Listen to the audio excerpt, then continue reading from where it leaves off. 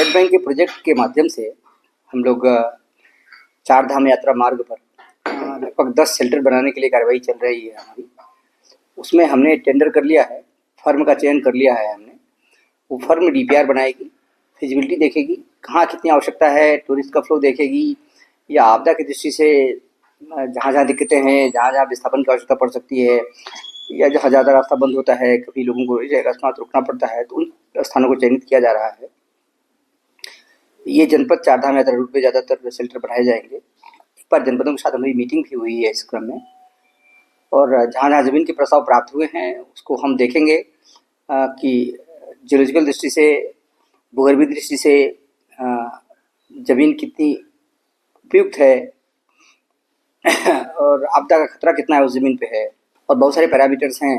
देखने के बाद जो ज़मीन उपयुक्त पाई जाएगी वहाँ डिजाइन किया जाएगा, डीपीआर बनाई जाएगी। पैसे हमारे पास लगभग 39 करोड़ का प्रोविजन है, उसके माध्यम से हम बनाएंगे। देखिए, अभी जो प्रस्ताव हम लोग बना रहे हैं डिजास्टर शेल्टर के रूप में, अच्छा काम गुजरात उड़ीसा में हुआ है, तो उड़ीसा को हम मॉडल के रूप में देख रहे हैं कि वहाँ पे कैसे काम हुआ है। फिर अपनी आवश्यकता हमारी क्या है? हमारी आवश्यकता है चारधाम यात्रा अगर कहीं बाधित होती है, लोगों को एकाएक रुकना पड़ता है, तो कहाँ कहाँ रुकें। एक वो है, दूसरा है कि डिजास्टर के कारण अगर वो लोग प्रभावित होते हैं तो जिस क्षेत्र में ज़्यादा प्रभाव पड़ता है उसके आसपास हम बनाएंगे, ताकि अगर लोगों के ऊपर ज़्यादा प्रभाव पड़ता है, लोग विस्थापित होते हैं, रास्ता रुकना पड़ता है, घर टूट जाते हैं, कोई आपदा आ जाती है, तो ऐसे लोगों को वहाँ रोक सकते हैं। और भी देखेंगे किस तरह से आवश्यकता है। बेसिकली आकस्मिक परिस्थिति के लिए अगर किसी को हटाना पड़ता है तो 300, 250, 300, 400 लोगों के लिए बनाएंगे हम लोग।